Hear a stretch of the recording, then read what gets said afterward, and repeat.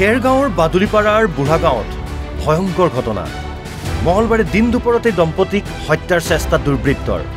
সোণেশ্বৰ গগৈ নামৰ লোকজনে বাৰীত পাণ ছিঙি থাকোঁতেই চোকা অস্ত্ৰৰে আক্ৰমণ কৰে দুৰ্বৃত্তই। তাৰ পাছতেই ঘৰৰ ভিতৰত থকা সোণেশ্বৰ গগৈৰ পত্নী দেৱিকা গগৈক আক্ৰমণ কৰে দুৰ্বৃত্তই।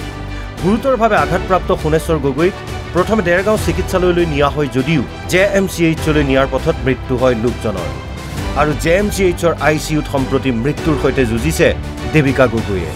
তাৰ পাছতে ঘৰখনত এক শোকাকুল পৰিৱেশ।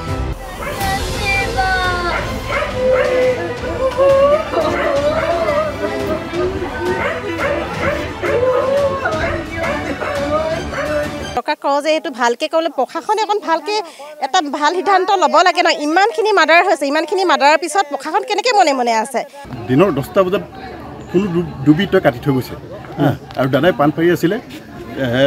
আমি আচলতে কেইবাটাও ঘটনা ইয়াতে ঘটি গৈছে, 4টাকৈ ঘটনা ঘটি গ'ল। আজি এবছৰ আগত ঘটি গৈছে, আজি এমাহৰ আগত ঘটি গৈছে।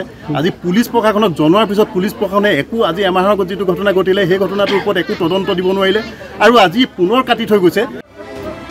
বিগত 3 বছৰৰ ভিতৰত আজিৰ ঘটনাৰ সৈতে মুঠ 5টা ঘটনা সংঘটিত হৈছে অঞ্চলটোত। সেয়েহে আৰক্ষীৰ বিৰুদ্ধে ক্ষোভ উজাৰি বাদুলিপাৰা খুমটাই সংযোগী পথ অৱৰোধ কৰে ৰাইজে।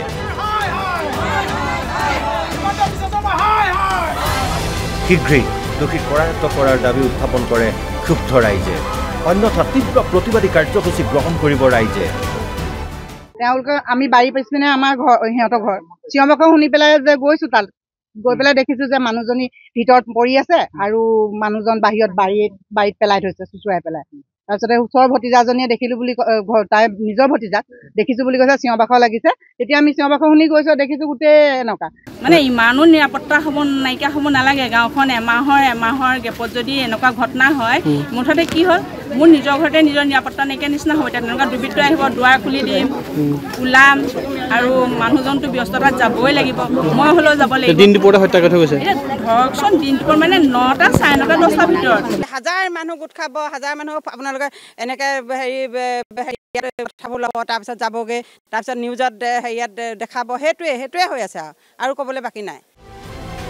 পিছে কিয় বাৰে বাৰে অঞ্চলটোত সংঘটিত হৈছে এনে ঘটনা? বৃদ্ধ দম্পতীক আক্ৰমণৰ আঁৰত কোন?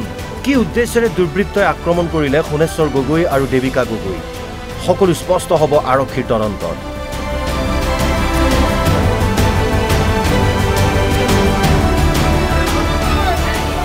দেৰগাঁৱৰ পৰা অৰূপ কুমাৰ ৰায়ৰ ৰিপৰ্ট, NB নিউজ।